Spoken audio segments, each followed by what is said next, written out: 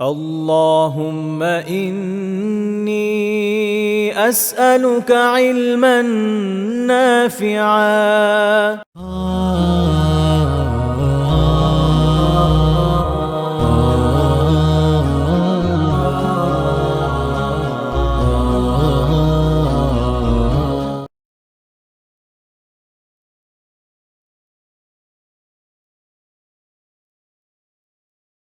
السلام عليكم ورحمة الله وبركاته. الحمد لله رب العالمين، والصلاة والسلام على سيد المرسلين وعلى آله وأصحابه أجمعين. أما بعد، فأعوذ بالله من الشيطان الرجيم. بسم الله الرحمن الرحيم. يا أيها الذين آمنوا اتقوا الله حق تقاته ولا تموتن إلا وأنتم مسلمون. আল্লাহ রাব্বুল আলামিনের দরবারে অসংখ্য গণিত শুকরিয়া আদায় করছি। আল্লাহ সুবহানাহু ওয়া তাআলা আমাদেরকে আবারও দিন শেখার আরেকটি সুযোগ করে দিয়েছেন, আলহামদুলিল্লাহ। আমাদের পক্ষ থেকে অসংখ্য গণিত দরুদ ও সালাম আমাদের প্রিয় নবী মুহাম্মদ, আমরা সবাই পড়ি একটু সাল্লাল্লাহু আলাইহি ওয়াসাল্লাম, এবং তার সম্মানিত পরিবার পরিজন, সকল সাহাবায়ে কেরাম এবং তাদের পথ ধরে তারা জীবন পরিচালনা করে গেছেন। আন আবি হুরায়রা রাদিয়াল্লাহু আনহু, হযরত আবু হুরায়রা রাদিয়াল্লাহু আনহু থেকে বর্ণিত, তিনি বলছেন, আন্নাহু সামিআ আন-নাবিয়্য সাল্লাল্লাহু আলাইহি ওয়াসাল্লাম, যে তিনি আল্লাহ রাসূলের কাছ থেকে শুনেছেন, ইয়াকুল, আল্লাহ রাসূল বলেন, ইন্না থালাথাতাম মিন বনি ইসরাঈল, বনি ইসরাইলের বনি ইসরাইল যে জাতি, এই জাতির তিনজন মানুষ। কেউ একজন বলতে পারবেন বনি ইসরাইল কাদেরকে বলা হয়? জি, ইয়াকুব আলাইহিস সালাতু ওয়াস সালামের বংশধর। মাশাআল্লাহ। ইয়াকুব আলাইহিস সালামের আরেকটা নাম ছিল হচ্ছে ইসরাইল। তো ওনার পরবর্তী যে প্রজন্ম, এই প্রজন্মকে বলা হয় হচ্ছে বনি ইসরাইল। অনেকে মনে করেন যে মুসা আলাইহিস সালামের উম্মতদেরকে বনি ইসরাইল বলা হয়। হ্যাঁ, মুসা আলাইহিস সালামের উম্মতরাও বনি ইসরাইল, কিন্তু বনি ইসরাইলের চেইন অফ ফ্যামিলি যেটা, এটা শুরু হয়েছে ইয়াকুব আলাইহিস সালাম থেকে। তো আল্লাহ রসুল বলছেন, ইন্না সালাসাতা মিন বানি ইসরাইল, বনি ইসরাইলের তিনজন লোক, আবরাস, একজন ছিল হচ্ছে আপনার কুষ্ঠবাহিত রোগ, যে সাদা শ্বেত রোগ যেটাকে বলা হয়, ও আকরা, আর একজন ব্যক্তি, সে হচ্ছে তার চুল পড়ে গেছিল, মানে টাকমাতার অধিকারী ছিল। ওয়া আমা, এবং আরেকজন লোক ছিল, সে ছিল হচ্ছে অন্ধ। তারা তিনজন লোক বনি ইসরাইলের, একজন হচ্ছে কুষ্ঠ রোগী, আরেকজন হচ্ছে টাকমাতাওয়ালা, আরেকজন হচ্ছে অন্ধ। আরাদ আল্লাহু আন ইয়াবতালিয়াহুম, আল্লাহ সুবহানাহু ওয়া তাআলা চাইলেন তিনি তাদেরকে পরীক্ষা করবেন।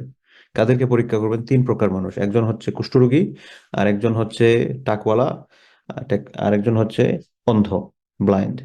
ফাবাআথা ইলাইহিম মালাকান, এরপরে তিনি তাদের নিকট ফেরেশতা প্রেরণ করলেন। ফাআতাল আবরাস, ফেরেশতা কুষ্ঠরোগী যে ব্যক্তি, ওনার কাছে আসলেন।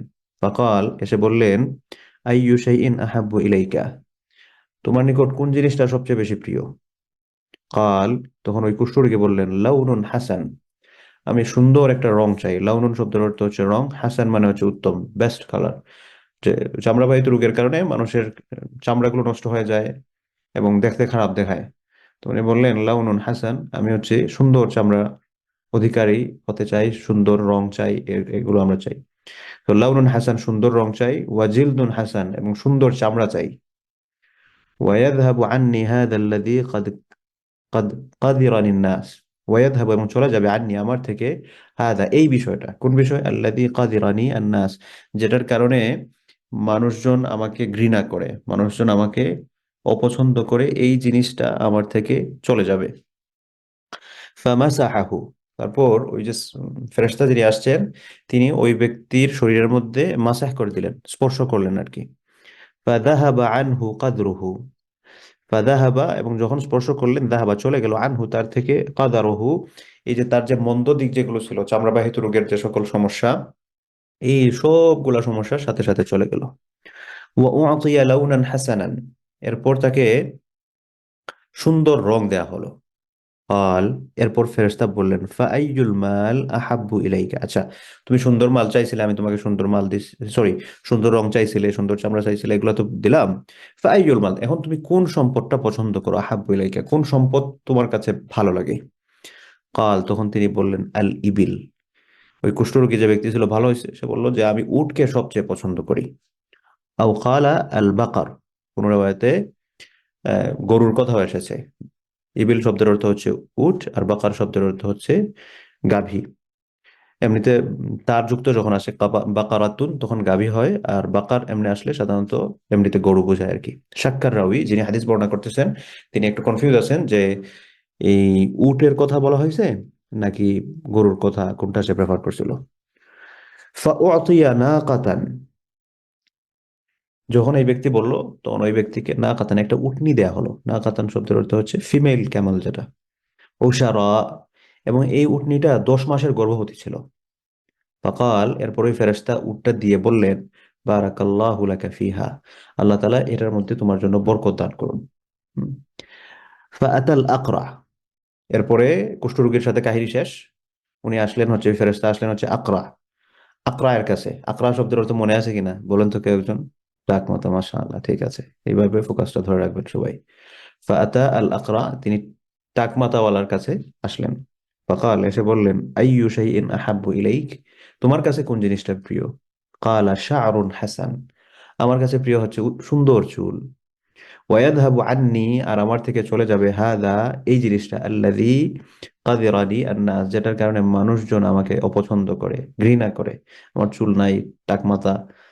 ফামাসাহাহু, ফেরেশতা ওই ব্যক্তিকে স্পর্শ করে দিলেন। ফাযাহাবা আনহু, এবং তার থেকে ওই জিনিসটা চলে গেল, তার যে টাকমাতাওয়ালা যে রূপটা ছিল সেটা চলে গেছে। ও উতিয়া শা'রান হাসানান, এরপর ওই ব্যক্তিকে খুব সুন্দর চুল দেওয়া হয়। কাল, এরপর বলা হয়, ফাআইয়ুল মালি আহাব্বু ইলাইক, তোমার কাছে কোন জিনিসটা সবচেয়ে প্রিয়, সম্পদের দিক দিয়ে কোনটাকে খুব ভালো মনে করো, পছন্দ করো? কাল, সে ব্যক্তি বলল, আল বাকার, আমার কাছে পছন্দনীয় হচ্ছে, আমি গরু পছন্দ করি। ফাউতিয়া বাকারাতান হামিলাতান, তখন ওই ব্যক্তিকে একটা গাভী দেয়া হলো, হামিল, যেটা হচ্ছে গর্ভবতী, যেটা গর্ভবতী। ওয়াকাল, এবং তিনি দোয়া করে দিলেন, বারাকাল্লাহু লাকা ফিহা, আল্লাহ সুবহানাহু ওয়া তাআলা তোমার জন্য এটার মধ্যে বরকত দান করুন। তো আল্লাহ তাআলা তোমাকে এটার মধ্যে বরকত দান করুন বলে ওই গরুটা তাকে দিয়ে তিনি চলে গেলেন। ফাআতাল আ'মা, এরপর 3 নম্বর ব্যক্তির কাছে আসলেন। 3 নম্বর ব্যক্তিটাকে আল আ'মা, আ'মা শব্দের অর্থ কি বলেন তো কেউ একজন? অন্ধ, মাশাআল্লাহ। ফাআতাল আ'মা, এরপর তিনি অন্ধের কাছে আসলেন। এসে বললেন, আইয়ু শাইইন আহাব্বু ইলাইক, তোমার কাছে কোনটা প্রিয়? কাল, তখন ওই ব্যক্তি বললেন, আইয়ারুদ্দাল্লাহু ইলাইয়া বাসারি, যে আল্লাহ তাআলা যেন আমার চোখটাকে ফিরিয়ে দেয়। আইয়ারুদ, রাদ্দুন শব্দের অর্থ হচ্ছে প্রত্যাবর্তন করা, ফিরিয়ে দেয়া। আইয়ারুদ্দাল্লাহ, আল্লাহ তাআলা যাতে ফিরায় দেন, ইলাইয়া, আমার নিকট, বাসারি, আমার দৃষ্টিশক্তি, ফাউবসিরান নাস, যাতে করে আমি মানুষদেরকে দেখতে পারি। ফামাসাহাহু, এরপর ওই ফেরেশতা এটা ওই ব্যক্তি যিনি অন্ধ, অন্ধ ব্যক্তিকে স্পর্শ করে দিলেন।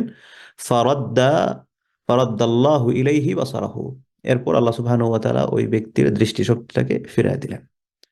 কাল, এরপর বললেন, ফাআইয়ুল মালি আহাব্বু ইলাইক, এখন তোমার কাছে প্রিয় কোন জিনিস, সম্পদের দিকে তুমি কোনটা পছন্দ করো? কাল আল গানাম, ওই ব্যক্তি বলল, আমার কাছে গানাম হচ্ছে সবচেয়ে প্রিয়। গানাম শব্দের অর্থ হচ্ছে ছাগল। ফাউতিয়া শাতান, তো এই কথা বলার পর তাকে একটা বকরি দেয়া হলো, মাদি ছাগল যেটা আর কি। ওয়ালিদান, এবং এটাও ছিল হচ্ছে সন্তান সম্ভবা। ফাআনতাজা হাযানি ওয়া ওয়াল্লাদা হাযা, তো এরপর দিয়ে যখন ফেরেশতা অন্ধ ব্যক্তিকে বলল যে আমার কাছে তো ছাগল পছন্দ, ছাগল পছন্দ করার পর ওই ব্যক্তিকে একটা মানে মাদি ছাগল দিলেন, এমন ছাগল যে ছাগলটা হচ্ছে গর্ভবতী ছিল। এবং এই ঘটনার পর ফাআনতাজা হাদানি ওয়া ওয়াল্লাদা হাদা, ওই যে আগের যে দুইটা, আগের দুইটা কি, একটা হচ্ছে উট আর একটা হচ্ছে গরু, মানে উটনি আর গাভী, আর এরপর হচ্ছে ছাগল, ওয়াল্লাদা হাদা, এই তিনটা মিলেই বাচ্চা দিল। ফাকানা লিহাদা ওয়াদিম মিনাল ইবিল, আর এভাবে বাচ্চা দিতে দিতে একটা সময়, ওয়াদুন মানে হচ্ছে উপত্যকা, উটওয়ালা ব্যক্তির একটা পুরা উপত্যকা ভরে গেল উটে।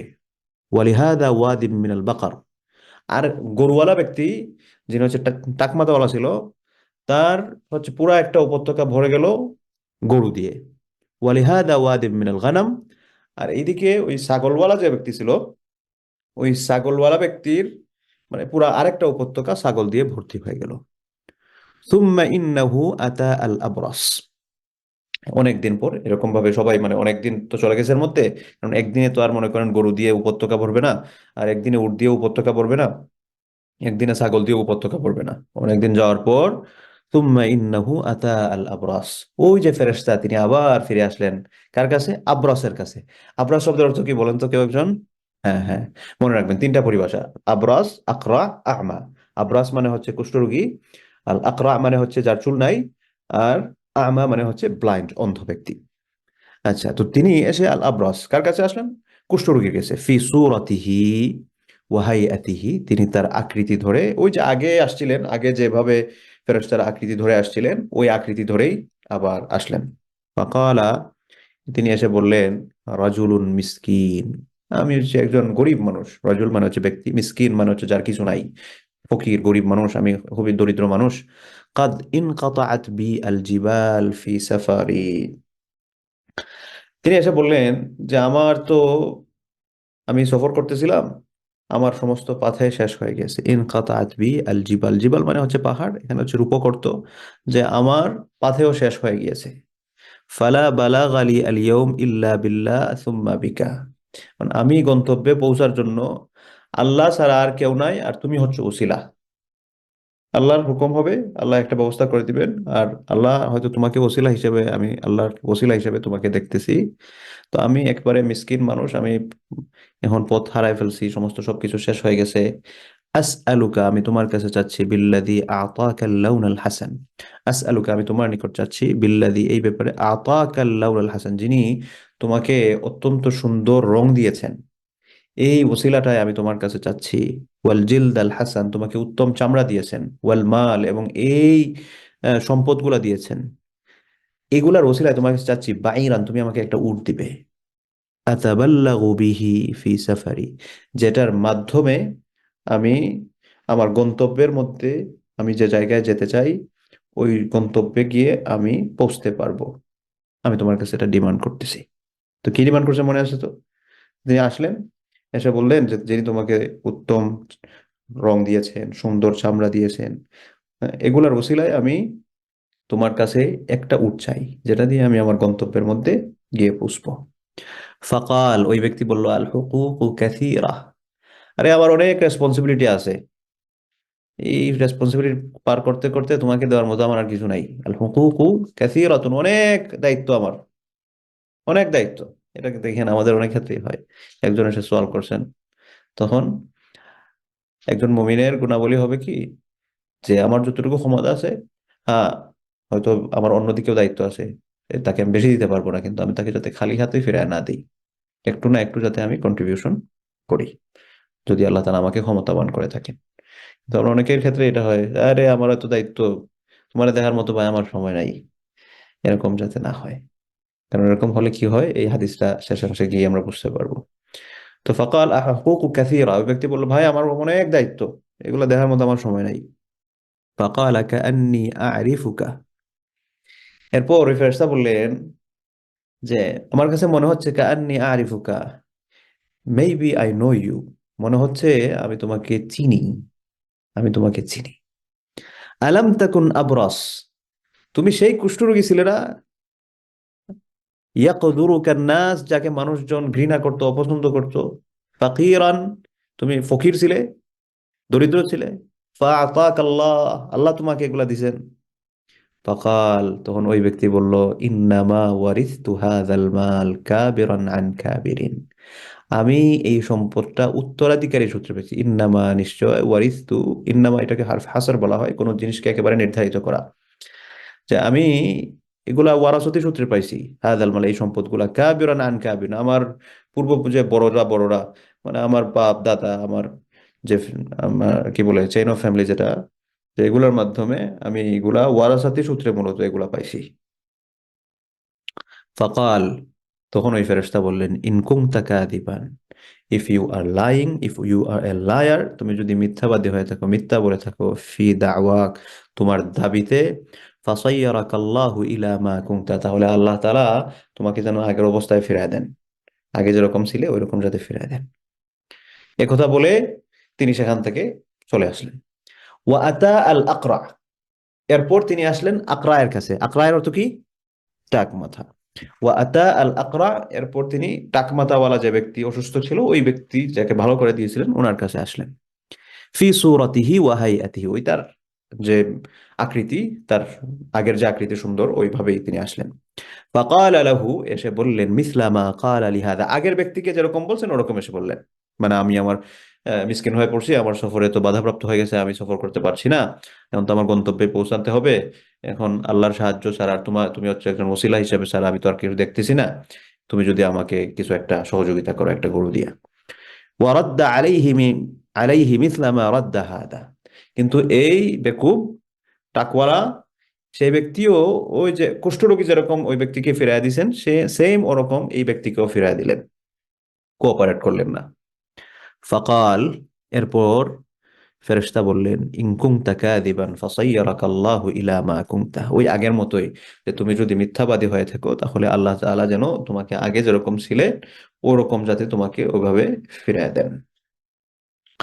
ওয়াতা আল আ'মা, এরপর তিনি আহমার কাছে আসলেন, অন্ধ ব্যক্তি যিনি ওই ব্যক্তির কাছে আসলেন, ফি সূরাতিহি ওয়া হাইয়াতিহি, তার আকৃতি, তার যে সূরত, আকার আকৃতি, এসে আসলেন, এসে ফাকাল, বললেন, রাজুলুন মিসকিন, আমি দরিদ্র মানুষ, ওয়াবনু সাবিল, এবং হচ্ছে মুসাফির। ইবনু সাবিল বলা হয় ওই মুসাফির ব্যক্তি যার কাছে পয়সা নাই, যে তার মনে করেন পয়সা হারাই ফেলছে অথবা তার পয়সা শেষ হয়ে গেছে, এই ব্যক্তিকে বলা হয় ইবনে সাবিল। ইবনে সাবিল হচ্ছে জাকাতেরও একটা খাত। অর্থাৎ মনে করেন একজন সফর করতেছেন, উনি ওনার এলাকায় হয়তো ওনার টাকা পয়সা আছে, কিন্তু সফরে এসে ওনার সমস্ত সবকিছু শেষ হয়ে গেছে এবং বাড়ি থেকেও যে টাকা আনবেন সেই কোনো মাধ্যমও পাচ্ছেন না। তো এমত অবস্থায় ওই ব্যক্তিকে জাকাতের পয়সা দিয়েও সহযোগিতা করা যায়, একটা মাসআলা আর কি। যাই হোক, তো উনি এসে বললেন, ফেরেশতা এসে বললেন যে আমি তো হচ্ছে দরিদ্র এবং হচ্ছে আমার পাথেয়হীন মুসাফির। ইবনে সাবিল মানে হচ্ছে পাথেয়হীন মুসাফির, আমি যে সফর করব এগুলো সব শেষ হয়ে গেছে। ইন কাতাআত বি আল জিবাল ফি সাফারি, তিনি এসে বললেন যে আমি, ইন কাতাআত বি, বিচ্ছিন্ন হয়েছে, আল জিবাল ফি সাফারি, এই মানে পাহাড় আমাকে বিচ্ছিন্ন করে ফেলছে, এরকম এটা মেটাফরিক অর্থ আর কি, যে আমার পাথেয় শেষ হয়ে গেছে, আমি তো সুখে কিছু দেখতেছি না, আমি কিভাবে কি আমি আমার বাড়িতে পৌঁছবো, কিভাবে কি কি হবে। ফালা বালাগ আলিয়াল ইয়াউম ইল্লা বিল্লাহ, ফালা বালাগ, পৌঁছার কোনো মাধ্যম, আমার পৌঁছার কোনো মাধ্যম আজকে নাই আল্লাহ ছাড়া, সুম্মা বিকা, আল্লাহর পর হচ্ছে তুমি একজন ওসিলা। আসআলুকা বিল্লাযী রাদ্দা আলাইকা বাসারাক, আসআলুকা, আমি তোমার কাছে চাচ্ছি, বিল্লাযী, তার মাধ্যমে, যিনি রাদ্দা আলাইকা বাসারাক, যিনি তোমার দৃষ্টিশক্তি ফিরায় দিছেন। শাতান, এগুলার বিনিময়ে আমি কি চাচ্ছি, শাতান, একটা বকরি চাই, আতাবাল্লাগু বিহা ফি সাফারি, এটার মাধ্যমে যাতে আমি আমার গন্তব্য পর্যন্ত পৌঁছতে পারি, আমাকে একটা ছাগল দাও। ফাকাল, তখন ওই অন্ধ ব্যক্তি বলল, কাদ কুমতু আমা, আমি অন্ধ ছিলাম, আই ওয়াজ ব্লাইন্ড। ফারাদ্দাল্লাহু ইলাইয়া বাসারি, আল্লাহ সুবহানাহু ওয়া তাআলা আমার দৃষ্টিশক্তি তিনি ফিরায় দিছেন। ফাখুদ মা শিতা, তুমি একটা না, খুজ মা শিতা, তুমি যা চাও নিয়ে যাও। ওয়া দা মা শিতা, আর তোমার যা মনে চায় যদি চাও রেখে যেতে, যা মনে চায় নিয়ে যাও, যা মনে চায় রেখে যাও। ফাওয়াল্লাহি, আল্লাহর শপথ, মা আজহাদুকা আল ইয়াউম বিশাইইন আখাযতাহু লিল্লাহি আযজা ওয়া জাল, সে আল্লাহর শপথ করে বলতেছে যে, কই গেল, ফাওয়াল্লাহি, আল্লাহর শপথ, মা আজহাদুকা আল ইয়াউম, আজকে, এমনি জুহুদুন শব্দের অর্থ হচ্ছে চেষ্টা করা, কিন্তু এখানে অর্থ হচ্ছে যে মা আজহাদুকা আল ইয়াউম, আমি তোমাকে আজকে কোনো, তোমার পথে কাটা হব না, বাধা দিব না, বিশাইইন আখাযতাহু লিল্লাহি আযজা ওয়া জাল, যে আল্লাহ সুবহানাহু ওয়া তাআলা জন্য তুমি, আল্লাহর জন্য তুমি যা নিবা তুমি সব নিতে পারো, এই ব্যাপারে আমি তোমাকে কোনো প্রকার কোনো বাধা দিব না। ফাকাল, তখন ওই ফেরেশতা বললেন, আমসিক মালাকা, তুমি তোমার মাল রেখে দাও। আমসিক, আমসিক মানে হচ্ছে ধরে রাখা, আমসিক গ্রহণ করো, ধরে রাখো, মালাকা তোমার সম্পদ তোমার কাছেই রাখো। ফাইন্নামা তুলিতুম, তোমরা মূলত পরীক্ষার শিকার হয়েছিলে, তোমাদেরকে টেস্ট করা হয়েছিল। ফাকাদ রাদিয়াল্লাহু আনকা, আল্লাহ সুবহানাহু ওয়া তাআলা তোমার উপর সন্তুষ্ট হয়েছেন। ওয়া সাখিতা আলা সাহিবাইক, কিন্তু তিনি তোমার দুই যে সাথী, এই দুই সাথীর উপর রাগান্বিত হয়েছেন। মুত্তাফাকুন আলাইহি, বুখারী এবং মুসলিমে এই হাদিসটা বর্ণিত হয়েছে। সুবহানাল্লাহ। তো দেখেন, আমরা অনেক সময় দেখা যায় হয়তো কষ্টে ছিলাম, কিন্তু আল্লাহ আমাদেরকে বড় করে দেন, কিন্তু বড় করে দেওয়ার পর আমরা দেখা যায় সর্বে সর্বা হয়ে যাই, এরপরে আমাদের আর চোখে পথ দেখি না, মনে হয় হামসে বড় কোন হে ভাই, আমার চেয়ে বড় আর কি, আমিই তো সমস্ত সবকিছু। তো এই যে গর্ব, অহংকার পতনের মূল, আমরা যা কিছুই থাকি না কেন, যে অবস্থাতেই থাকি না কেন, সব সময় যাতে আমাদের এটাই থাকে, আল্লাহ আমি কিছুই ছিলাম না, আপনি আমাদেরকে সব দিয়েছেন, আমাকে যা আপনি দিয়েছেন এই সমস্ত সবকিছু আপনার। এবং এই জিনিসটা থেকে যখন আমরা আল্লাহ তাআলার প্রতি শুকরগুজার হব, তার প্রতি যখন কৃতজ্ঞ হব, তার রাস্তায় যখন আমি দান করব, এটার মাধ্যমে কখনোই সম্পদ কমবে না। ইতিহাস সাক্ষী, ইতিহাস সাক্ষী বলতে কি, নিজের সাথে এক্সপিরিয়েন্স করেন। আজ পর্যন্ত এখানে মনে করেন দিস মোমেন্ট 74 সিস্টার্স আছেন। এরকম কি কেউ আছেন যার কাছে মনে হয়েছে আপনি জাকাত দেওয়ার কারণে গরিব হয়ে গেছেন? যদি থাকতে থাকেন বলতে পারেন যে কেউ একজন মনে হয়েছে যে না আমি জাকাত দেওয়ার কারণে গরিব হয়ে গেছি, বা আমি আল্লাহ রাস্তায় সাদাকা করার কারণে আমি গরিব হয়ে গেছি, আমার সম্পদ কমে গেছে, আমি আগে ধনী ছিলাম, আল্লাহ রাস্তায় সদকা করতে করতে আমি গরিব হয়ে গেছি, আল্লাহর জাকাত দিতে দিতে আমি গরিব হয়ে গেছি। একজন আমরা পাবো না, একজনও পাবো না। কারণ আপনি হয়তো একটা দিকে আপনি খরচ করতেছেন, আল্লাহ তাআলা এটা অন্যদিকে কভার করে ফেলবেন। এবং আমরা মনে করি কি, আমি মনে করি যে না আমি খরচ করে ফেলতেছি, মূলত এটা আমি খরচ করতেছি না, এটাই হচ্ছে আমার রিয়েল সেভিংস। এই যে আমি জাকাতটা দিচ্ছি, এই যে আমি সাদাকাহ যেটা করতেছি, এগুলো হচ্ছে আমার real savings for the future. আমি যখন মারা যাব তখন গিয়ে এগুলো আমার কাজে আসবে। কিন্তু আজকে আমি ব্যাংকে যেটা সেভ করতেছি, কোথাও ডিপোজিট করতেছি, কোথাও ইনভেস্ট করতেছি, আগামী 60-70 বছর পরে এটা তো আমার থাকবে না, অন্য আরেকজনের কাছে হয়ে যাবে। এখানে যারা 50-এর দশকে আছেন, 50-60 বছর বয়সে আছেন, তারা হয়তো আগামী 20-30 বছর পরে এখানে থাকার সুযোগ নাই। তো আমরা যদি ইন এভারেজ কথা বলি, আমরা হয়তো আগামী 80 বছর পরে এই যে এখানে 72-73 সিস্টার্স আছেন, এই মুহূর্তে আমরা কেউ থাকবো না, না আমি থাকবো না আপনারা থাকবেন। তো এখানে আমরা যা সীমিত সময়ের জন্য যেটা পাচ্ছি, এটা আসলে রিয়েল ইনভেস্টমেন্ট নয়, এটা হচ্ছে আমার একটা সুযোগ আমি ফিউচার লাইফের জন্য ইনভেস্ট করার। তো ফিউচার লাইফের সাথে ইনভেস্ট করার ক্ষেত্রে আমাদের যাতে কোনো প্রকার কার্পণ্যতা না থাকে, এটা হচ্ছে একটা শিক্ষা। 2 নম্বর শিক্ষা হচ্ছে আল্লাহ তাআলা আমাদেরকে যা দিয়েছেন এটার উপর যাতে আমরা মনে না করি যে না I have achieve this, I have earn this, আমি এটা অর্জন করেছি, আমি এটা প্রফিট করে নিয়ে আসছি, আই ওন দিস, আমি এটার মালিক, এটা যাতে মনে না হয়, এটা যাতে মনে না হয়। যা কিছুই, সমস্ত সবকিছু আল্লাহ তাআলার জন্য, আল্লাহ তাআলা আমাকে দিয়েছেন। আল্লাহ তাআলা বলেছেন লা ইন শাকারতুম লা আযীদান্নাকুম, বান্দা তুমি আমার প্রতি কৃতজ্ঞতা প্রকাশ করো, আমার প্রতি কৃতজ্ঞ হও, আমি অবশ্যই তোমাকে বাড়ায় দেব, অবশ্যই বাড়ায় দেব। এজন্য আল্লাহ তাআলার প্রতি কৃতজ্ঞ হওয়া। এবং কি পরিমাণ আল্লাহ সুবহানাহু ওয়া তাআলা আমাদেরকে দিয়েছেন, সূরা কাহাফের একটা লাস্ট আয়াত আপনাদেরকে মনে হয় অনেকদিনই বলেছি। আল্লাহ তাআলা বলছেন কুল লাউ কানাল বাহরু মিদাদা, এই যে পুরা সমুদ্র আছে, আমাদের যত পানির মাধ্যম, এই সমস্ত সবকিছুকে যদি ইঙ্ক বানানো হয়, কালি, لنفد البحر قبل أن قل لو كان البحر مدادا لكلمات ربي لنفد البحر قبل أن تنفذ كلمات ربي ولو جئنا بمثله مددا। এই দুনিয়াতে যত সমুদ্র আছে, শুধু সমুদ্র না, যত পানিও আছে, সকল পানিকে একসাথে করে যদি আপনি কালি বানান, যে এই সবগুলো হচ্ছে কালি, আর গাছপালা তরুলতা এই সমস্ত সব কিছুকে নিয়ে আপনি কলম বানালেন, বানিয়ে আল্লাহ তাআলা আপনাকে আমাকে যা দিয়েছেন এগুলা লেখা শুরু করলেন, এই সকল কালি, সমুদ্রের পানি যেগুলাতে আপনি কালিতে রূপান্তর করেছেন সবগুলা শেষ হয়ে যাবে, কিন্তু আল্লাহ সুবহানাহু ওয়া তাআলা আমাদেরকে যা দিছেন এগুলা লিখে শেষ করা সম্ভব হবে না, এগুলা লিখে শেষ করা সম্ভব হবে না। সুবহানাল্লাহ, সুবহানাল্লাহ। এবং আল্লাহ তাআলা শুধুমাত্র আমাদের শরীরের মধ্যে কি দিছেন, এখানে তো অনেকেই ডাক্তার আছে, যারা ডাক্তার থাকবেন তাদের জন্য এগুলো বোঝা খুব সহজ হবে।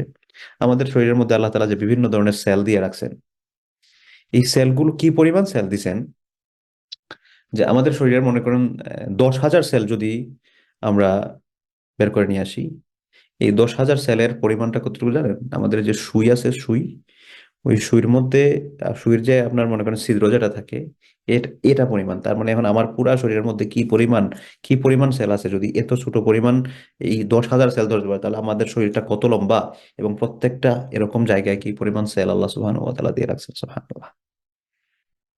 যাই হোক, আল্লাহ তাআলা কিভাবে আমাদেরকে সৃষ্টি করেছেন সেটা আজকের আলোচ্য বিষয় নয়। তো এই হাদিস থেকে এটা হচ্ছে আমাদের মেইন শিক্ষা, যে আমরা কোনোভাবেই অহংকারী হব না। আল্লাহ তাআলা যা দিয়েছেন এটার প্রতি আমরা সব সময় শুকরগুজার থাকব, আমরা কৃতজ্ঞ থাকব, এবং আল্লাহ সুবহানাহু ওয়া তাআলার রাস্তায় আমি দান করব, যেটার মাধ্যমে আল্লাহ সুবহানাহু ওয়া তাআলা কখনোই আমার সম্পদকে তিনি কমাবেন না।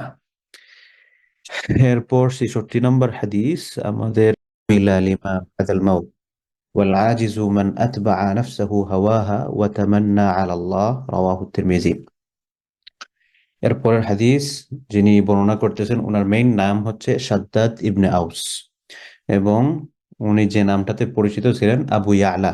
আবু ইয়ালা মানে হচ্ছে ইয়ালার পিতা রাদিয়াল্লাহু আনহু। তিনি হাদিসটি বর্ণনা করছেন আল্লাহ রসুল থেকে। তিনি বলছেন, আল কাইয়িসু মান দানা নাফসাহু। সেই ব্যক্তি, কাইয়িস শব্দের অর্থ হচ্ছে বুদ্ধিমান, ইন্টেলেকচুয়াল পারসন। সেই ব্যক্তি হচ্ছে প্রকৃত বুদ্ধিমান, সেই ব্যক্তি হচ্ছে বুদ্ধিসম্পন্ন একজন মানুষ। মান দানা নাফসাহু, যেই ব্যক্তি নিজেকে নিয়ে চিন্তা করে, নিজের আত্মসমালোচনা করে, আত্মপর্যালোচনা করে, সে তার জীবনে কি করেছে, কি অর্জন করতে পারলো না পারলো, সে নিজেকে নিয়ে, তার নিজের কর্মফল নিয়ে, এগুলা নিয়ে সে চিন্তিত, সে নিজের আত্ম পর্যালোচনা করে। ও আমিলা লিমা বাদাল মাউত, ও আমিলা এবং কাজ করে, লিমা বাদাল মাউত, মৃত্যু পরবর্তী জীবনের জন্য সে কাজ করে। অর্থাৎ পরকালীন জীবনে যে সকল বিষয়গুলো আমাদের জন্য ফায়দা হবে, এই সকল বিষয়গুলো নিয়ে সে কাজ করে। তাহলে বুদ্ধিমান, আমরা বুদ্ধিমানের সংজ্ঞা কি বলেছি? যে যে মানুষটা খুব ট্যালেন্ট, পড়াশোনায় ভালো, তার তীক্ষ্ণ চিন্তা শক্তি আছে, ভেরি শার্প ব্রেইন, অ্যান্ড খুব ডিপ লেভেলের থিঙ্কিং, এই সকল বিষয়, এটা হয়তো আমাদের কাছে বুদ্ধিমান ব্যক্তির আইডেন্টিফিকেশন। কিন্তু আল্লাহ রসুল বলছেন, আল কাইয়িসু, সেই ব্যক্তি হচ্ছে আসলকার বুদ্ধিমান, সেই ব্যক্তি হচ্ছে ট্রু ইন্টেলেকচুয়ালিটি তার আছে, মান দানা নাফসাহু, যে নিজের আত্মপর্যালোচনা করে, আত্মসমালোচনা করে, ও আমিলা লিমা বাদাল মাউত, এবং মৃত্যু পরবর্তী জীবনের জন্য কাজ করে। ওয়াল আজিজ, এবং ওই ব্যক্তি হচ্ছে অক্ষম, দুর্বল। হুম, মান আতবা নাফসাহু হাওয়াহা, যে তার যে নফস আছে, তার আত্মার যে অবৈধ কামনা বাসনাগুলো আছে, এই সকল অবৈধ কামনা বাসনাগুলোর সে অনুসরণ করে, প্রবৃত্তির অনুসরণ করে, তার মন যা চায় সে তাই করে। ওয়া তামান্না আলাল্লাহ, এবং আল্লাহর উপর ভালো ধারণা করে বসে আছে যে আল্লাহ তো আমাকে মাফ করে দিবেন। আল্লাহ রসুল বলছেন এই ব্যক্তি আসলে বুদ্ধিমান না, এই ব্যক্তি হচ্ছে অক্ষম। সারা জীবন খারাপ কাজ করে, কেউ যদি চিন্তা করে যে না আল্লাহ তো আছেন মাফ করার জন্য, সুদ খাই সমস্যা কি, ঘুষ খাই সমস্যা কি, হারাম ভাবে চলতেছে সমস্যা কি, আল্লাহ তো আছেন মাফ করার জন্য, এই ব্যক্তির ব্যাপারে আল্লাহ রসুল সাল্লাল্লাহু আলাইহি ওয়াসাল্লাম বলছেন এই ব্যক্তি অক্ষম, এই ব্যক্তি আসলে হতভাগা, এই ব্যক্তি দুর্বল। তাহলে এই হাদিসটা থেকে আমরা কি বুঝতে পারলাম? সংক্ষিপ্ত হাদিস, এই হাদিসের শিক্ষা হচ্ছে, কে হচ্ছে প্রত্যেক আসলকার বুদ্ধিমান, কে হচ্ছে অক্ষম, কে হচ্ছে নির্ভুল। সত্যিকারের বুদ্ধিমান হচ্ছে যে ব্যক্তি নিজের আত্মপর্যালোচনা করে এবং মৃত্যু পরবর্তী জীবনের জন্য কাজ করে। ওয়াল আজিজ, এবং অক্ষম হচ্ছে ওই ব্যক্তি, মান আতবা নাফসাহু হাওয়াহা, যে তার প্রবৃত্তির, তার নফসের অনুসরণ করে। ওয়া তামান্না আলাল্লাহ, এবং আল্লাহর উপর, আল্লাহর ব্যাপারে সে ভালো ধারণা রাখে, আল্লাহর উপর সে অবাস্তব কল্পনা বিলাসমূলক যে আশা ভরসা গুলো আছে এরকম করে বসে থাকে। রাওয়াহু তিরমিজি, হাদিসটা তিরমিজির মধ্যে বর্ণিত আছে। এখানে একটা কথা, নফসের অনুসরণ করলেই যে এটা খারাপ, বিষয়টা এরকম না। নফস মাঝে মধ্যে আমাদেরকে ভালো দিকে টানে, ভালো দিকে টানে। তো নফস যদি আমাকে ভালো দিকে টানে, অবশ্যই আমি নফসকে, কারণ আমি প্রায় সময় আপনাদের বলছি যে আমাদের নফসের দুইটা অংশ, একটা হচ্ছে মুতমাইন্না, শান্ত অংশ, আর একটা হচ্ছে খারাপ অংশ।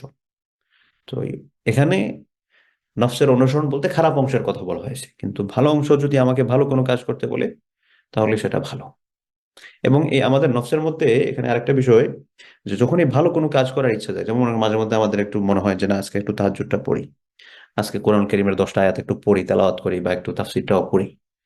তো এই ভালো ধারণাটা যখন অন্তরের মধ্যে আসে, এই অন্তরের মধ্যে কোনটার মধ্যে আছে? নফসে মুতমাইন্না, প্রশান্ত আত্মার মধ্যে। তো এই প্রশান্ত আত্মার মধ্যে যখনই আমাদের এটা আসবে, আসার সাথে সাথে আমাদের করণীয় থাকবে আমরা যাতে এটা ফুলফিল করি। কারণ আমরা যদি এটা ফুলফিল না করি, দেখা যায় মনে আসছে ভালো কাজ করার কথা, কিন্তু হবে দৌড়, আচ্ছা ঠিক আছে পড়লে তো ভালো, না এখন আর আই এম ভেরি টায়ার্ড। তো এটা করলে দেখা যাবে এই অন্তরটা আস্তে আস্তে এটার প্রতি আপনার যে আগ্রহ তৈরি করা, ওই আগ্রহ তৈরিটা আর ওই রকম করবে না। আমরা ইন্টারনেট যে ব্যবহার করি, ইন্টারনেট ব্যবহার করতে ক্ষেত্রে দেখবেন মাঝে মধ্যে আমাদেরকে কুকিজের পারমিশন চায়, যে এটা আপনি দেন কিনা। এই কুকিজের পারমিশন দেওয়ার মানেটা কি জানেন? কুকিজের পারমিশন দেওয়ার মানে হচ্ছে যে আপনার ইন্টারেস্টেড বিষয় যেগুলো আছে, এই ইন্টারেস্টেড বিষয়গুলো তারা আপনার এখানে, আপনি যেখানেই যাবেন, সোশ্যাল মিডিয়াতে, ফেসবুক বলেন, ইনস্টাগ্রাম বলেন, স্ন্যাপচ্যাট বলেন, আরো যা যা যা কিছু আছে, ইউটিউব যা কিছু আছে, এগুলোর মধ্যে আপনি দেখবেন আপনি যেগুলো পছন্দ করেন, সাধারণত যেগুলো আপনি সাধারণত সার্চ করেন, এগুলাই বেশিরভাগ আপনার এখানে আসতেছে।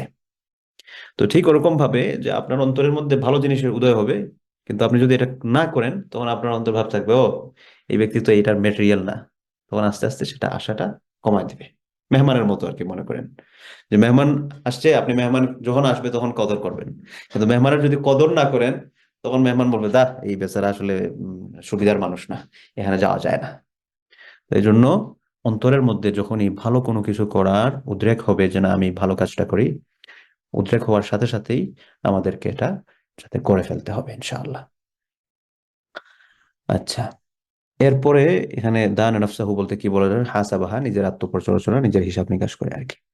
এরপরের হাদিস, আন আবি হুরায়রা রাদিয়াল্লাহু আনহু, আবু হুরায়রা রাদিয়াল্লাহু আনহু হাদিস বর্ণনা করছেন, তিনি বলেন, ক্বালা রাসূলুল্লাহ সাল্লাল্লাহু আলাইহি ওয়াসাল্লাম, আল্লাহ রাসূল সাল্লাল্লাহু আলাইহি ওয়াসাল্লাম বলেন, মিন হুসনি ইসলামিল মারই তারকুহু মা লা ইয়ানি।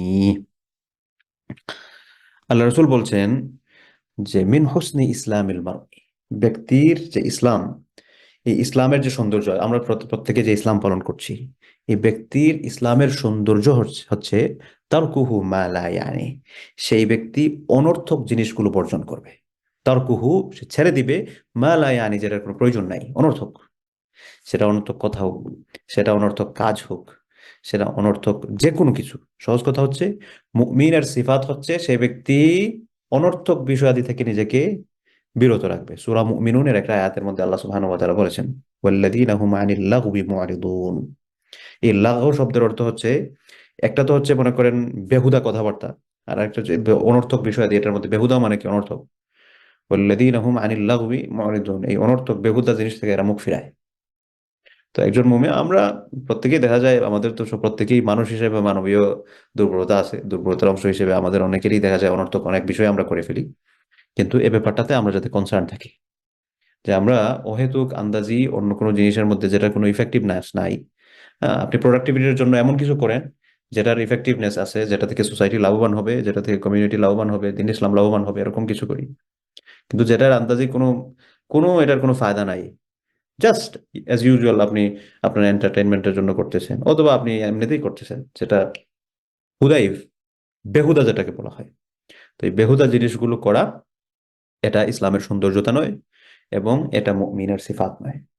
মুমিনের সিফাত হচ্ছে সে অপ্রয়োজনীয় যে সকল বিষয় আছে, এই সকল বিষয় থেকে নিজেকে দূরে রাখবে।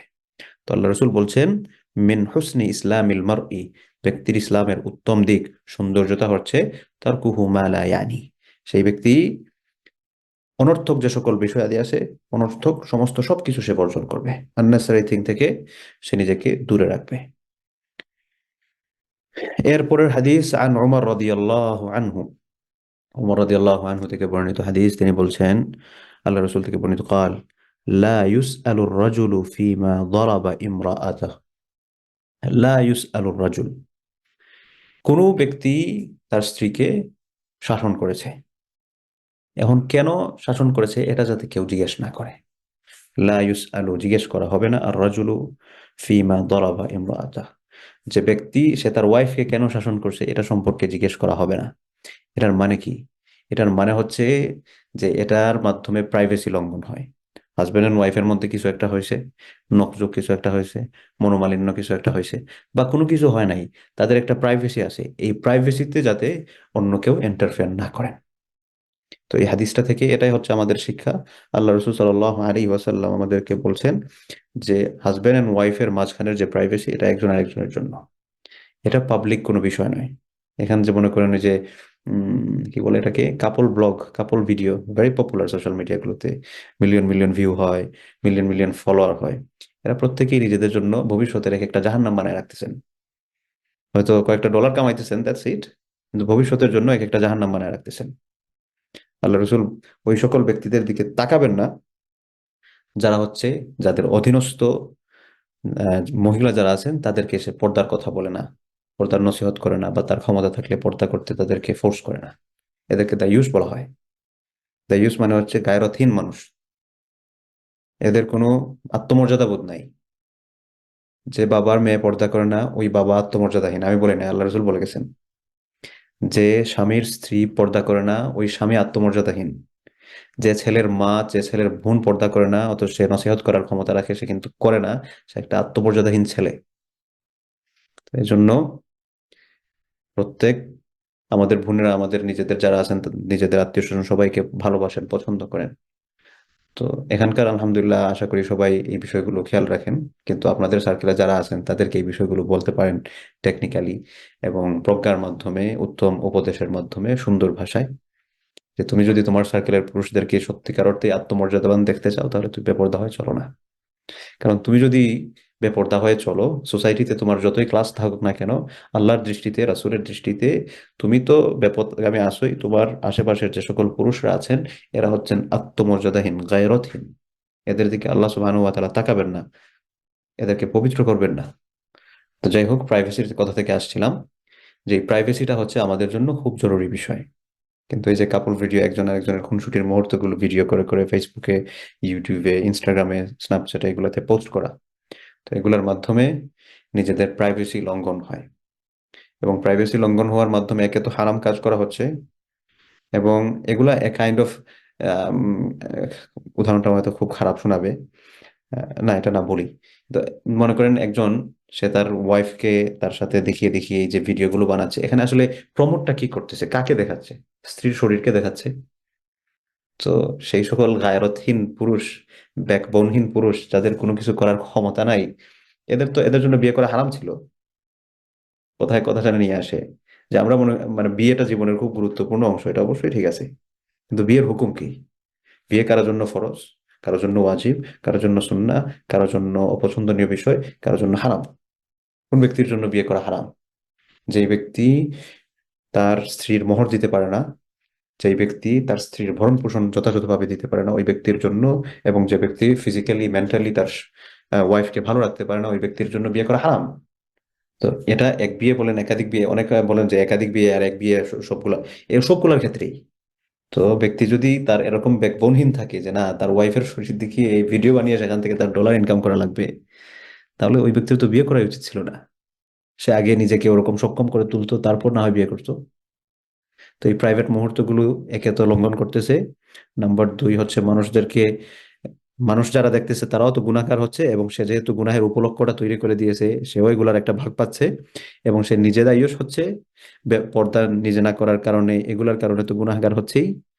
পাশাপাশি আরেকটা গুরুত্বপূর্ণ বিষয় হচ্ছে যে এই সুন্দর সংসারগুলো হয়তো সুখের সংসারই ছিল, কিন্তু মানুষের বদনজর লেগে দেখা যায় সুন্দর সংসারগুলোর মধ্যে অশান্তি শুরু হয়। তো এই জন্য প্রিয় বোনেরা, আমি আশা করি আপনারা সবাই এগুলো থেকে মুক্ত। এর পাশাপাশি নিজেদের সার্কেলের মধ্যে যদি এই ধরনের বিষয়াদি কোনো চর্চার কেউ থাকে, এই সকল বিষয়ে আমরা যাতে তাদেরকে সতর্ক করি।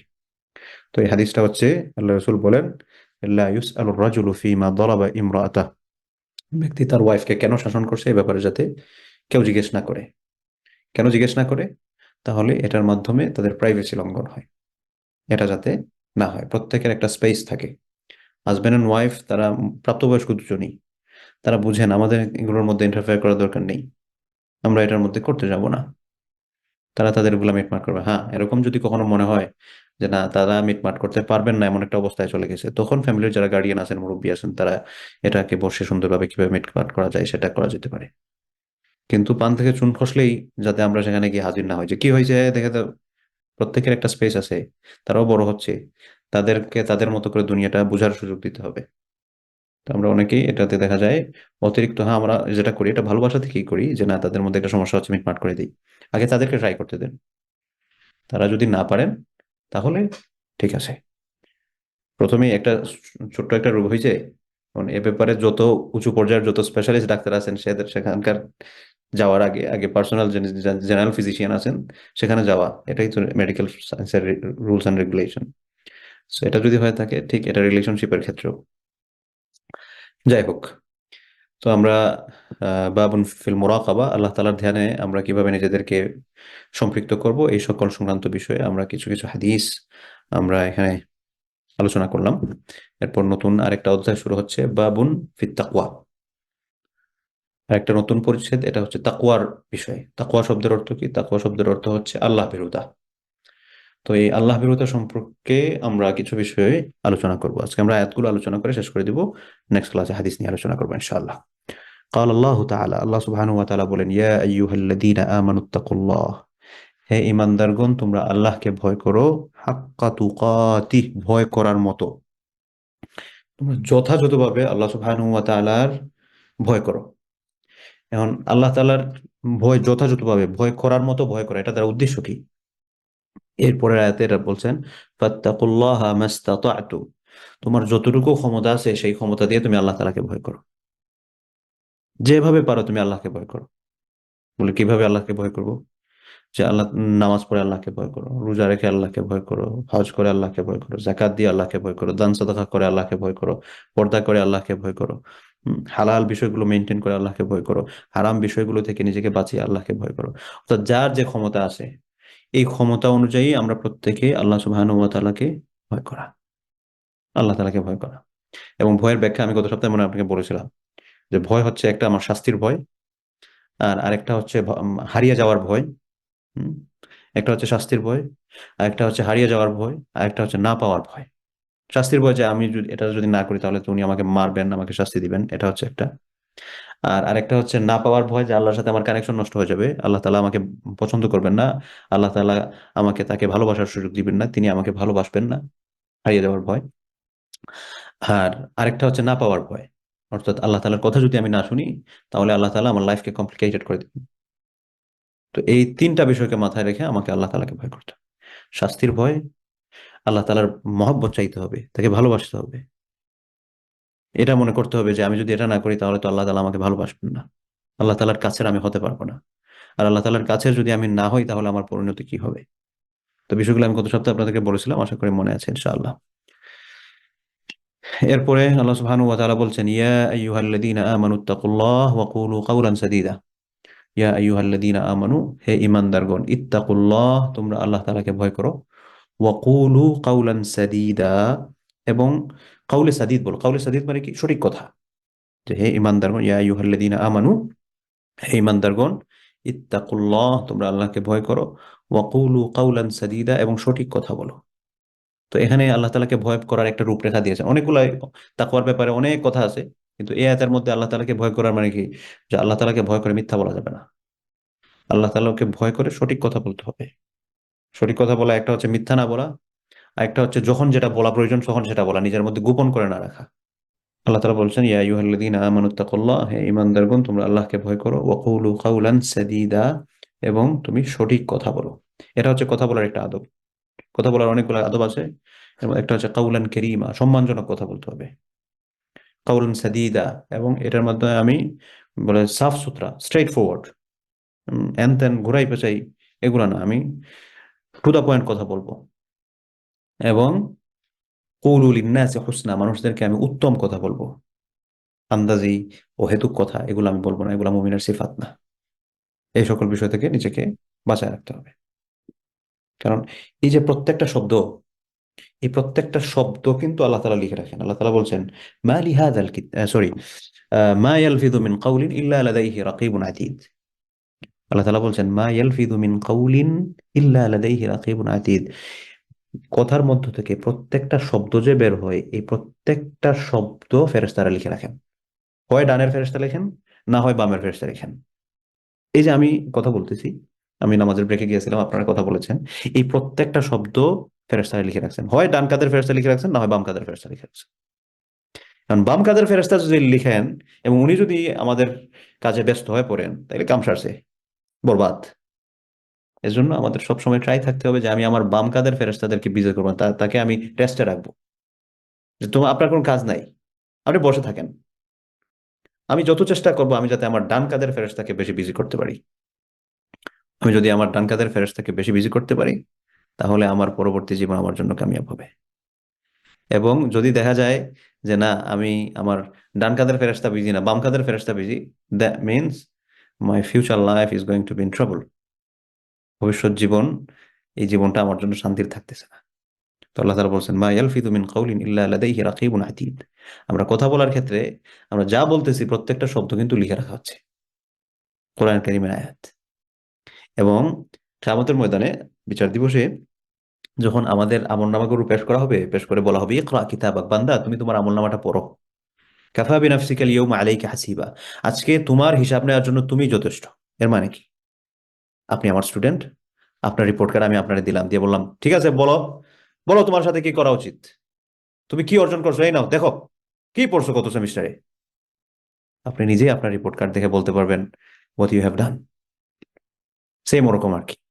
তো আল্লাহ তাআলা বলবেন, পড়ো তোমার আমলনামা, আজকে তোমার হিসাব নেওয়ার জন্য তুমিই যথেষ্ট। এখন আমলনামা পড়ে এবং দেখে আপনি বলবেন, মা আলি হাদাল কিতাব, oh my god, what is this report card. এই কোন ধরনের রিপোর্ট কার্ড ভাই, এই কোন ধরনের আমলনামা আমার সামনে দেওয়া হয়েছে, মা আলি হাদাল কিতাব, এই কোন আমলনামা, এই কোন রিপোর্ট কার্ড। লা ইউগাদিরু সাগীরাতান ওয়ালা কাবীরাতান ইল্লা আহসাহা। বড় ছোট একটা জিনিসও কাউন্টলেস থাকে না, সবকিছু মেনশন করা আছে। লা ইউগাদিরু সাগীরাতান ওয়ালা কাবীরা, ছোট বড় কোনো কিছুই মিস যায় নাই, ইল্লা আহসাহা, এটা বর্ণনা করা হয়েছে। তো এই জন্য আল্লাহর হিসাব বড় মারাত্মক। আল্লাহ যদি আমাদের হিসাব নেওয়া শুরু করেন, তার মানে কাম শেষ। এই জন্য আল্লাহর কাছে দোয়া চাইতে হবে, দোয়া করতে হবে, আল্লাহ তুমি বিনা হিসাবে আমাদেরকে জান্নাতে দিয়ে দাও। কারণ যদি আল্লাহ হিসাব নেওয়া শুরু করেন, তাহলে কাম শেষ, অবস্থা খারাপ হয়ে যাবে। যাই হোক, এরপরে আয়াতে আল্লাহ সুবহানাহু ওয়া তাআলা বলছেন, ওয়া মাই ইয়াত্তাকিল্লাহ, যে ব্যক্তি আল্লাহকে ভয় করে, ইয়াজআল লাহু মাখরাজা, আল্লাহ সুবহানাহু ওয়া তাআলা তার বের হওয়ার একটা পথ করে দেন। ইয়াজআল লাহু, তার জন্য সাব্যস্ত করেন, মাখরাজা, বের হওয়ার পথ। এর মানে কি? এটার মানে হচ্ছে আপনি একটা ট্রাবল মধ্যে আছেন, আপনি চিন্তা করতেছেন কিভাবে আমি এখান থেকে বের হবো, চিন্তা করলেন একটা হারাম কোনো কিছু, আচ্ছা এই হারাম উপায়ের মধ্যে আমি তাহলে এঙ্গেজ করে ফেলি, এটার মাধ্যমে উদ্ধার হয়ে যাবো। নো, আল্লাহ তাআলা বলছেন মাইয়াত্তাকিল্লাহ, যে ব্যক্তি আল্লাহকে ভয় করে, ইয়াজআল লাহু মাখরাজা, বাই দ্য ওয়ে আল্লাহ তাআলা এনি হাউ তার জন্য একটা পথ বের করে দিবেন। ওয়ারযুকহু মিন হাইসু লা ইয়াহতাসিব, ওয়ারযুকহু, এবং তাকে রিজিক প্রদান করবেন, মিন হাইসু, এমন জায়গা থেকে, লা ইয়াহতাসিব, যেটা সে কল্পনা করে নাই। এজন্য আল্লাহ তাআলাকে ভয় করার এখানে মনে করেন আপনি অ্যাচিভ কি করবেন, ইন রিটার্ন আল্লাহ তাআলার কাছ থেকে কি অ্যাচিভ করবেন, অনেক কিছু অ্যাচিভ করবেন। এই আয়াতে দুইটা বিষয় মেনশন করা আছে। এক নম্বর বিষয় হচ্ছে, আপনি কোনো একটা কমপ্লিসিটির মধ্যে আছেন, এই কঠিন যে বিষয় যেটা আছে, এই কঠিন বিষয়টা থেকে আপনি একটা কোনো কিছু পূর্ণতার দিকে যাচ্ছেন, আপনি এটাকে কমপ্লিট করতে যাচ্ছেন, কিন্তু অথবা আপনি কোনো হার্ড সিচুয়েশনের মধ্যে আছেন। এমতো অবস্থায় আপনি যদি আল্লাহকে ভয় করেন, আল্লাহ তাআলা বলছেন এখান থেকে নিষ্কাশনের পথ আল্লাহ তাআলা বের করে দিবেন। দুই নাম্বার হচ্ছে ওয়ারযুকহু মিন হাইসু লা ইয়াহতাসিব, রিজিক রিলেটেড কমপ্লিকেশন আছে, সো এই কমপ্লিকেশনটা আল্লাহ সুবহানাহু ওয়া তাআলা দূর করে দিবেন, এমন জায়গা থেকে রিজিক দিবেন যেটা তুমি কল্পনা করতে পারবে না। এবং এমন জায়গা থেকে রিজিক দেওয়া, এটা বিভিন্ন ধরনের। একটা হচ্ছে আপনি কল্পনা করেন না এমন একটা জব পাই গেছেন, অথবা এমন একটা জায়গা থেকে আপনার টাকা চলে আসছে, অথবা খাবার দাবারের যদি কথা বলি, আমি অনেকের ক্ষেত্রেই ঘটে এটা। এমন এমন জায়গায় যাই যেখানে আজকে যাব বা সেখানে আজকে খাবো, এটা আমাদের কল্পনার বাইরে থাকে। এটা হচ্ছে মিন হাইসু লা ইয়াহতাসিব, এমন জায়গায় রিজিক আছে যেটা কল্পনা করো নাই তুমি। এরপরের আয়াত আল্লাহ সুবহানাহু ওয়া তাআলা বলছেন, ইন তাত্তাকুল্লাহা ইয়াজআল লাকুম ফুরকানা, ইন তাত্তাকুল্লাহ, যদি তোমরা আল্লাহ তাআলাকে ভয় করো, আল্লাহ তাআলা বলছেন যে যদি তোমরা আল্লাহ সুবহানাহু ওয়া তাআলাকে ভয় করো, ইয়াজআল লাকুম ফুরকানা, তাহলে তিনি তোমাদেরকে সাব্যস্ত করবেন কিসের? ফুরকানান, সত্য এবং মিথ্যার সাব্যস্ত পার্থক্যকারী হিসেবে। এই যে ফুরকান শব্দের অর্থ হচ্ছে যেটা সত্য এবং মিথ্যাকে পার্থক্য করতে পারে। কোরআনুল কারীমের একটা নাম হচ্ছে ফুরকান, কারণ কোরআন কোনটা সত্য এবং কোনটা অসত্য এটার একটা পার্থক্যকারী। তো আল্লাহ তাআলাকে ভয় করলে আল্লাহ সুবহানাহু ওয়া তাআলা আমাদেরকেও সত্য এবং মিথ্যার পার্থক্য করার শক্তি প্রদান করবেন। ওয়া ইউকাফির আনকুম সাইয়্যাতিকুম, এবং আল্লাহ সুবহানাহু ওয়া তাআলা আমাদের যে গুনাহগুলো আছে, আল্লাহ তাআলা বলছেন ইউকাফির আনকুম, তোমাদের থেকে তাকফির করা হবে, মুছে ফেলা হবে, সাইয়্যাতিকুম, তোমাদের মন্দ কাজগুলো, ওয়া ইয়াগফির লাকুম, এবং তোমাদেরকে ক্ষমা করে দেওয়া হবে। তো তাকফিরের কথা আপনাদের মনে আছে হয়তো, যে বলছিলাম যে একজনের অপরাধ এখানে ঢেকে রাখা আছে, এভাবে একটা মাফ, আর আরেকটা হচ্ছে মুছে দিয়ে মাফ, যে না এই যে এখানে যেগুলো আমলনামা করছো, ঠিক আছে আমি এগুলো তোমাকে মাফ করে দিলাম, জিরোতে নিয়ে আসলাম, এগুলো বাদ, not countable, and the balance is going to zero, আবার জিরো থেকে স্টার্ট হবে। এটা হচ্ছে তাকফীর। এরপর আল্লাহ তাআলা বলছেন ওয়াল্লাহু যুল ফাদলিল আযীম, আল্লাহ সুবহানাহু ওয়া তাআলা হচ্ছেন অত্যন্ত অনুগ্রহশীল, অত্যন্ত অনুগ্রহশীল, অতিশয় অনুগ্রহশীল তিনি। তো এই যে এখানে আল্লাহ তাআলা আমাদেরকে বললেন কয়েকটা বিষয়, আল্লাহ তাআলাকে যদি আমরা ভয় করি, আমরা কোনো কমপ্লিকেশনের মধ্যে আছি, বের করে দিবেন, অজানা জায়গা থেকে রিজিক প্রদান করবেন, সত্য এবং মিথ্যার পার্থক্য করার শক্তি আমাদেরকে প্রদান করবেন। এরপর হচ্ছে আমাদের গুনাহগুলোকে মাফ করে দিবেন এবং গুনাহগুলোকে তিনি একবারে মুছে দিবেন, ঠিক আছে।